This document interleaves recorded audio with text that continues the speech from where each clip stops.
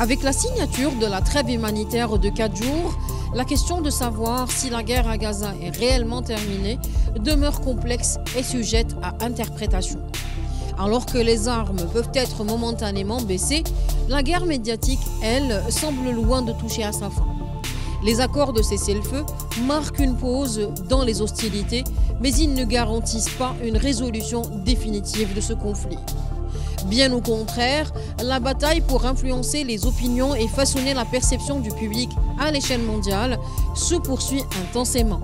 La manipulation de l'opinion publique, tant au niveau national qu'international, devient un enjeu majeur, mettant en lumière les défis posés par la diffusion rapide et massive d'informations à l'ère numérique. Dans ce nouveau numéro de votre émission Le Point VIP, nous examinerons de plus près les dynamiques complexes de cette guerre de l'information en temps de guerre. Explorons comment la désinformation devient une arme puissante et stratégique, capable de plonger les conflits au-delà des champs de la bataille traditionnelle. La guerre de l'information à l'ère du digital, c'est maintenant, c'est ici, c'est Le Point VIP.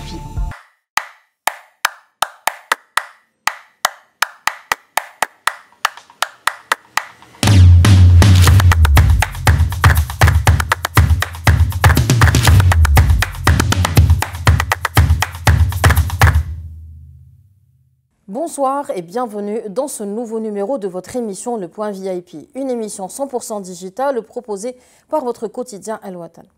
Ce week-end, nous parlerons de guerre d'information, notamment avec ce qui se passe aujourd'hui dans la bande de Gaza et bien avant la guerre en Ukraine.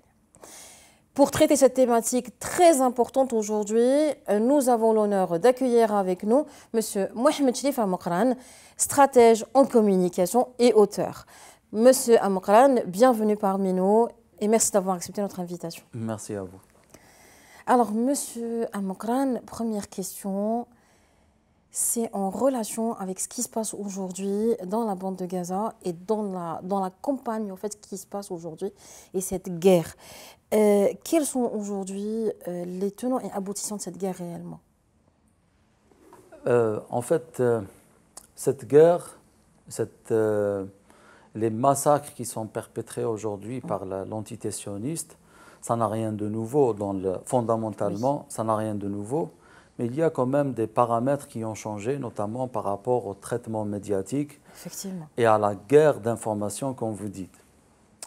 Il faut savoir d'abord que par rapport à la guerre d'information, nous avons tort de la prendre comme une guerre conjoncturelle qui est reliée uniquement à des événements éphémères, des événements courts, parce que déjà sur le plan militaire, l'entité sioniste est en guerre ouverte face à la nation arabo-musulmane et surtout face aux Palestiniens et surtout, pour être encore plus spécifique, par rapport à la bande de Gaza. Cette guerre ouverte est accompagnée évidemment d'une information, d'une manipulation de l'information qui est elle aussi ouverte. Il ne faut pas croire que l'entité sioniste attend le début de ces agressions pour commencer à communiquer et commencer à préparer le terrain à ces agressions-là. Ça ne peut pas fonctionner comme ça. En fait, il y a 3 piliers, vous lisez ça dans les manuels de l'OTAN, il y a 3 piliers à l'action stratégique militaire. Il y a la capacité d'agir, il y a la volonté d'agir et il y a la liberté d'agir. Donc, aujourd'hui, surtout par rapport à ce qui se passe de la part de l'entité sioniste, les plus grands enjeux se situent à ce niveau-là. Parce qu'en matière de moyens, il ne manque pas de moyens. Ouais, ils sont bien appuyés, oui. Évidemment. En matière de volonté, il n'y a pas à discuter. Voilà, il n'y a pas à discuter là-dessus. Ouais. Mais ils sont freinés justement par le 3e pilier, qui ne possède pas... la liberté d'agir. Voilà, la liberté d'agir. C'est toujours un compromis avec la communauté internationale, même s'ils ne la respectent pas, mais ils sont obligés quand même. Et un compromis aussi avec les médias, avec les opinions publiques. Et il y a quelque chose, excusez-moi, je me suis un peu étalé. Pas de souci. Il y a quelque chose de très intéressant et de malheureux aussi par rapport au début de l'agression actuelle. C'est que les sionistes, sachant qu'ils n'allaient pas avoir une liberté d'action suffisante à leurs yeux, ils se sont empressés dès le premier jour, c'est-à-dire le 7 octobre, à diffuser des méga mensonges pour justement s'offrir une plus grande marge pour massacrer les Palestiniens. Ouais. Parce que s'ils s'étaient contentés des informations factuelles, véridiques, peut-être que cette agression se serait terminée comme les dernières fois, après 2 semaines, 3 semaines, 4 semaines, peut-être. Grand max, oui. Voilà. Mais là, ils se sont construits une espèce de capital de sympathie et d'empathie de la part des médias français, essentiellement des médias américains et d'autres médias, bien sûr, dans le monde occidental, et même aujourd'hui dans certains pays arabes, il faut le souligner. Malheureusement, oui. Oui. Et donc, à partir de là, ils ont élargi leur marge de manœuvre. Ouais. Mais cette marge de manœuvre et ce capital de sympathie est en train de s'épuiser à mesure qu'ils massacrent aveuglément les Palestiniens. Mais, comme je le disais, la grande différence, c'est qu'aujourd'hui, on a l'impression qu'ils ne sont pas obligés d'en finir rapidement. Parce qu'ils sont appuyés justement par les médias.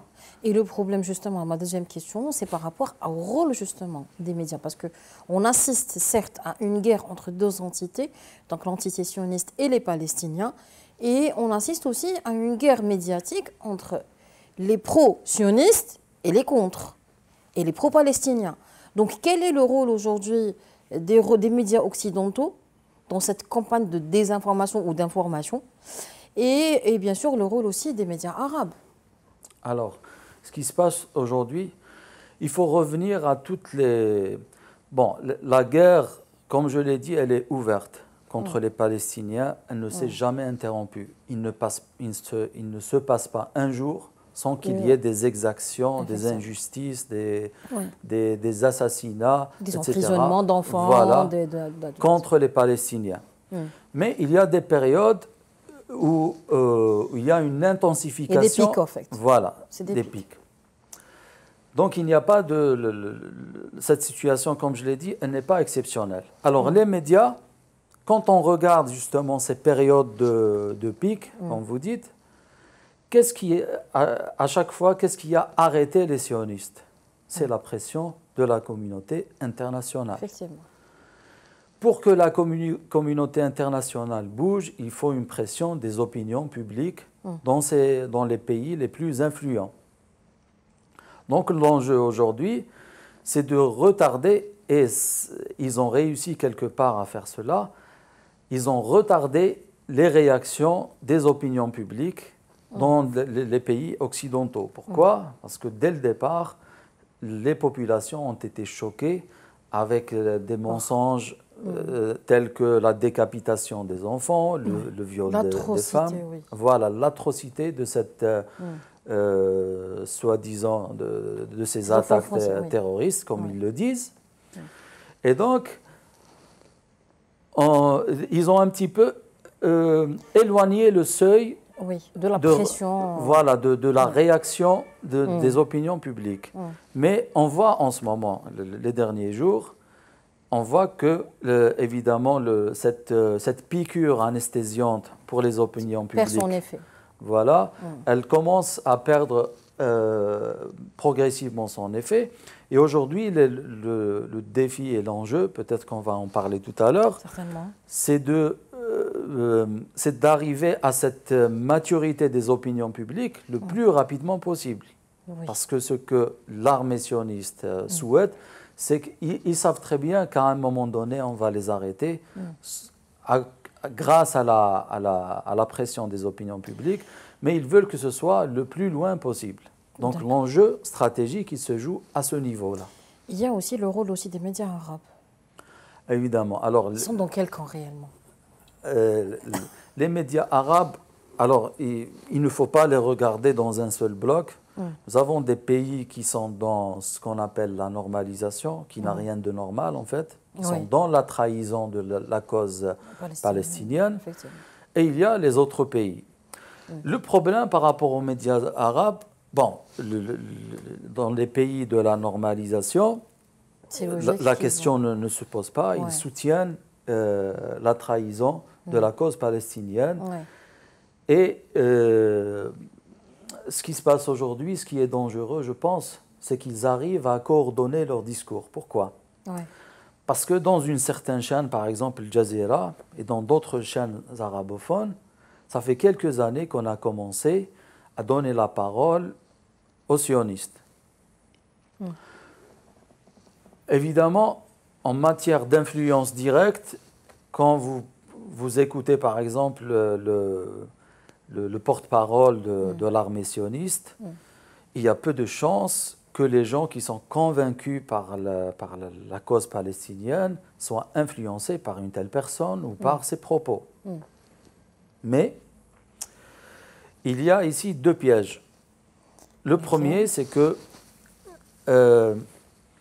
d'abord, on est en train d'occuper les jeunes arabes, les jeunes musulmans, dans un débat qui n'a aucune utilité. Stérile. Même si, parce que quand vous avez une personne en face de vous qui n'arrête pas de vous provoquer par des mensonges parfois ridicules, parfois révoltants, parfois absurdes, et que vous passez votre temps à lui répondre, à lui démontrer qu'il a tort, qu'il est en train de mentir, finalement, quel est l'objectif que vous allez atteindre? Rien en fait. On vous occupe seulement et on vous donne l'impression que vous êtes en train de lutter et que vous êtes en train de faire votre devoir. Alors que la guerre, au sens médiatique, elle est en train de se passer ailleurs. Ce sont les opinions publiques occidentales qui freinent, voilà, et qui arrivent à chaque fois à freiner les agressions sionistes. L'opinion publique arabo-musulmane n'est pas respectée. Malheureusement. Voilà, donc elle n'est pas écoutée. Et se concentrer uniquement sur cette opinion publique ne donne pas de résultats, en tout cas pas rapidement. Voilà. Donc, le deuxième point, et je finis rapidement, le deuxième point qui est le deuxième piège en fait, c'est que le fait qu'il y ait une source d'information sioniste en langue arabe permet à tous les collaborateurs avec le sionisme de reprendre l'info, de reprendre les messages et de s'aligner et de donner un semblant de cohérence vis-à-vis de l'opinion publique. Ça devient plus facile, quoi. Voilà. Ça facilite un peu la tâche. Exactement. Donc c'est pour ça que je suis de ceux qui considèrent que les porte-paroles de l'entité sioniste ne devraient jamais s'exprimer dans les médias arabo-musulmans. Il y a aussi cette campagne de désinformation, elle est aussi sur les réseaux sociaux. Donc il y a une véritable campagne de censure en fait sur les réseaux sociaux. D'ailleurs, le dernier geste qui a été fait, c'est la fermeture de la page Eye on Palestine, qui a été fermée sur les deux réseaux sociaux, donc sur Meta. Donc tous ces comptes sur Meta ont été fermés, et également sur X, anciennement Twitter. Donc ça a été également fermé.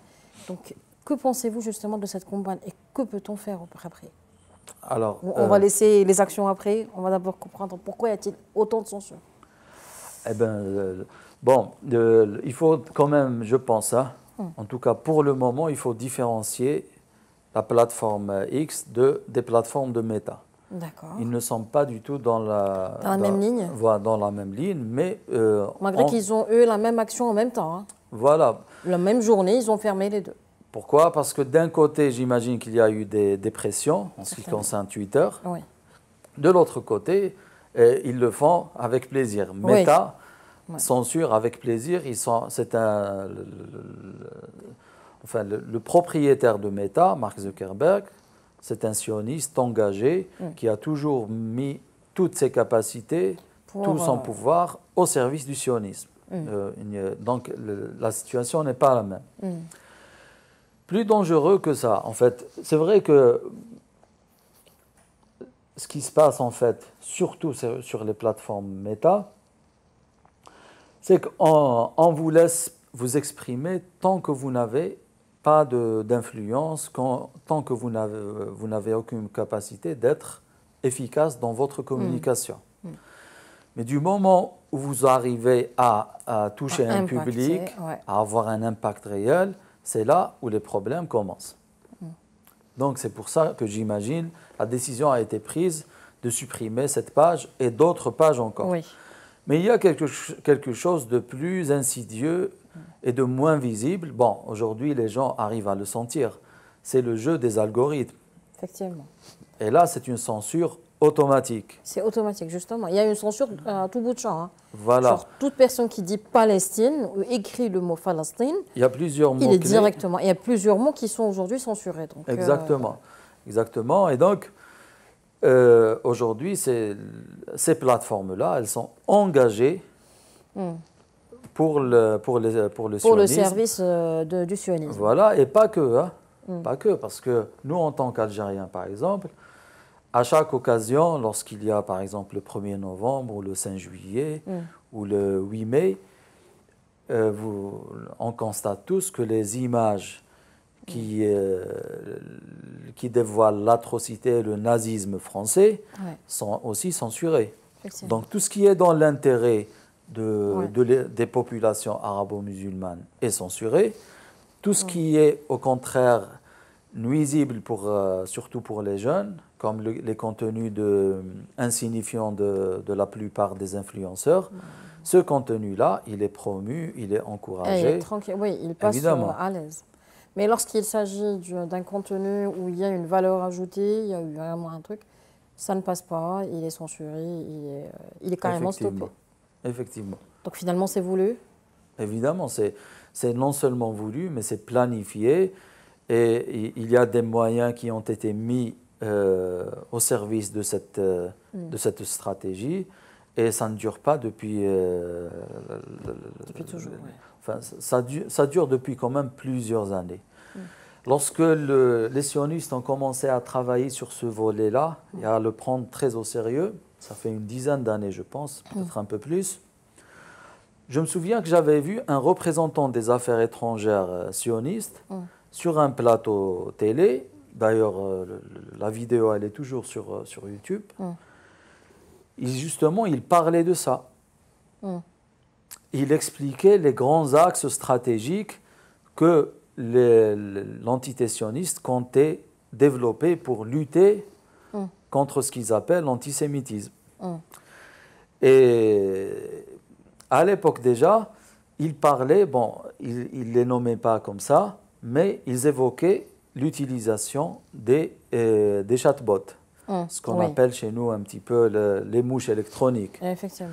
Donc ça a commencé bien avant. Et si vous voulez, on pourra aborder cette question par la suite. Peut-on contourner les algorithmes? Surtout qu'il y a eu dernièrement une petite campagne de Palestiniens qui disait, si vous voulez vraiment parler de nous, ne mettez pas le mot Palestine, même avec des points à l'intérieur du mot, mais mettez la pastèque étant donné que c'est le fruit le plus produit en terre occupée.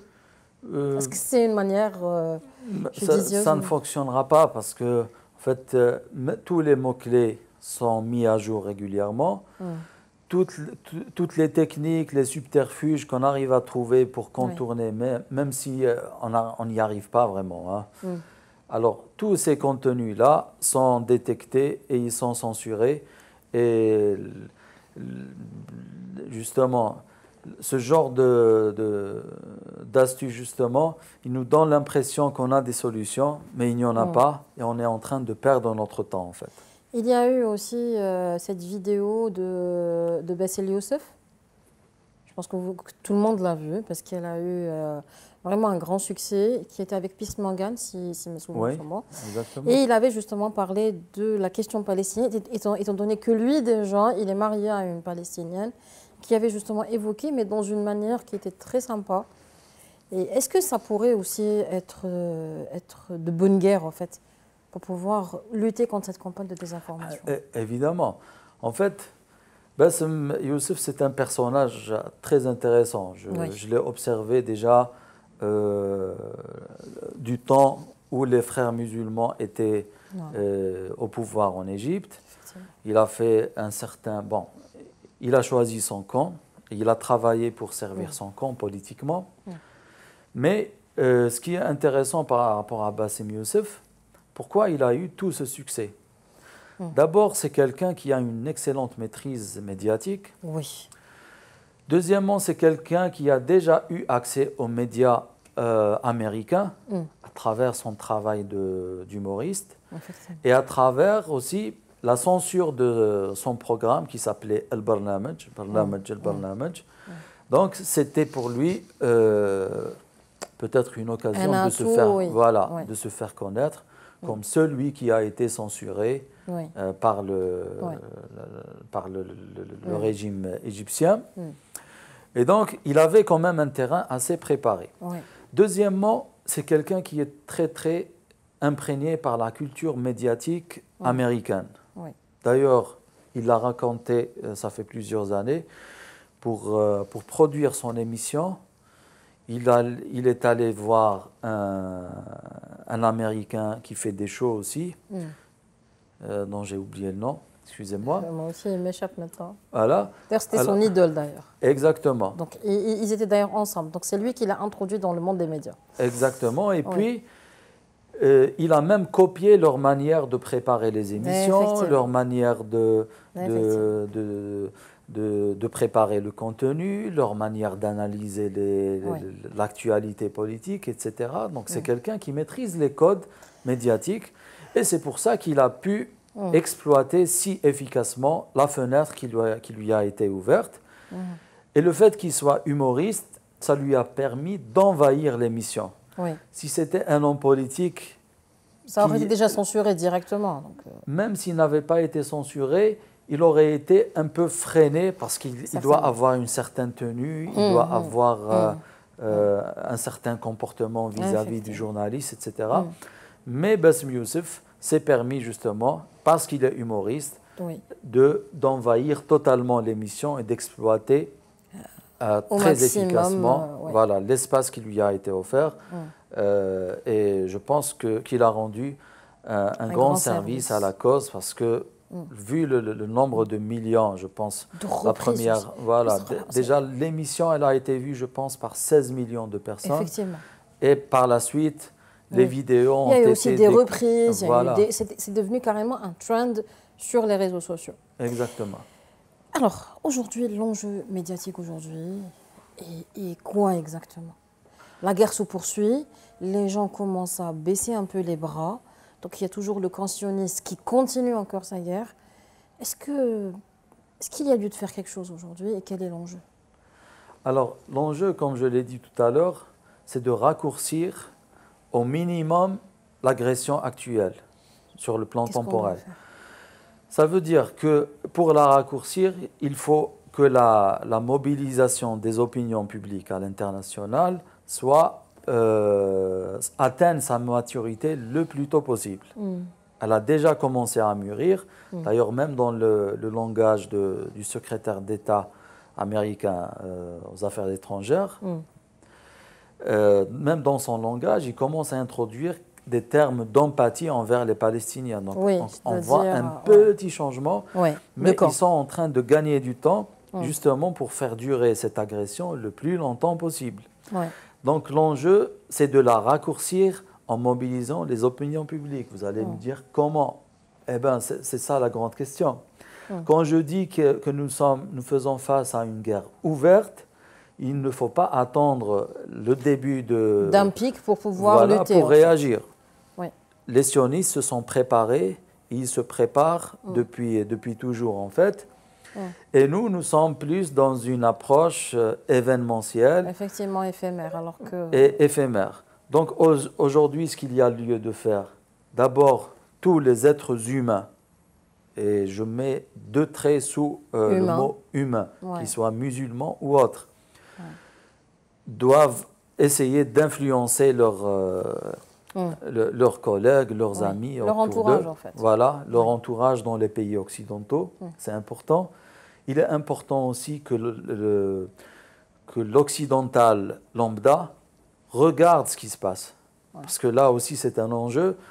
L'entité sioniste a tout fait, notamment en coupant l'Internet, voilà, a tout fait pour empêcher les Palestiniens de montrer la réalité. Effectivement. Donc cette réalité-là, voilà, cette réalité-là, il faut la montrer. Et il faut se sortir de la tête l'idée que je dois influencer 1 million de personnes ou 10 000 personnes. Pour pouvoir parler. Si on attend cette possibilité, ça ne va jamais changer. Si chacun de nous arrive à influencer 5, 10 personnes, les choses vont changer profondément dans la société. Je pense que déjà, dans ce sens, juste, désolé de vous couper, il y a eu même des personnes qui prenaient en fait des vidéos et qui sortaient en fait dans la rue. Donc je parle en Occident et aux États-Unis, en Australie aussi. Donc ils sont sortis avec des petites vidéos, des photos, pour montrer aux gens, regardez ce qui se passe, regardez ce qui se passe.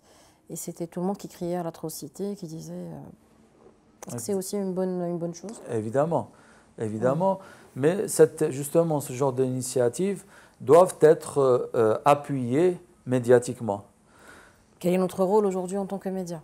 On est dans un espace média, vous êtes stratège, qu'est-ce qu'on pourrait faire? Alors, je ne sais pas quel est par rapport au public du journal Al-Watan. Bon, je sais qu'il y a une grande partie de la diaspora algérienne qui suit le journal Al-Watan et qui suit probablement aussi cette nouvelle émission. Alors, c'est le même message que je viens de dire, en fait. Il faut que toutes les personnes qui se sentent concernées par cette cause humaine essayent de jouer un rôle dans leur entourage. De sensibilisation, oui. Parce qu'aujourd'hui, les médias occidentaux ne vont pas nous ouvrir leurs portes. Les réseaux sociaux, comme on l'a dit, sont en train de censurer la vérité. Et donc, il faut aller dans la rue. Et il faut sensibiliser dans la rue et faire un travail social de fond. C'est ça la solution qui s'offre à nous aujourd'hui. Alors, une dernière question. Comment peut-on reconnaître une fausse information d'une vraie? Comment peut-on reconnaître l'info de l'intox? C'est un grand problème. En fait, il n'y a pas de critères fixes. Et c'est pour ça que je reviens aussi, encore une fois, au travail de fond que nous devons opérer vis-à-vis des populations en matière de communication. Il faut construire une relation de confiance. Si nous faisons ce travail durant les périodes d'accalmie, puisque nous sommes, je le répète, dans une guerre ouverte, si nous faisons ce travail de fond, la population aura des réflexes pour trouver l'information qui est crédible. Pour reconnaître la fausse de l'info de la tox. Oui. Exactement. Si nous attendons les périodes d'agression contre les Palestiniens, ce sont des périodes très troubles où il y a beaucoup de fake news. Et de toute manière, toutes les fake news pratiquement de l'entité sioniste finissent par être démasquées, mais lorsque c'est trop tard. Oui. Et comme c'est une entité qui s'en fiche, excusez-moi pour l'expression, de son image, ce qui compte pour eux, c'est de réaliser des objectifs maintenant sur le terrain. Parce que ce qu'ils gagnent sur le terrain, ils ne vont plus le perdre, en tout cas pas à court terme, pour des raisons juridiques ou médiatiques. Donc il faut être prêt pour mener une lutte acharnée au moment des agressions, parce que le temps est court. Nous n'avons même pas le temps de planifier notre communication, que c'est fini. Généralement pour les fois passées. Aujourd'hui, l'agression actuelle, je crains qu'elle va durer. Et là, un dernier point, s'il vous plaît. Oui, allez-y.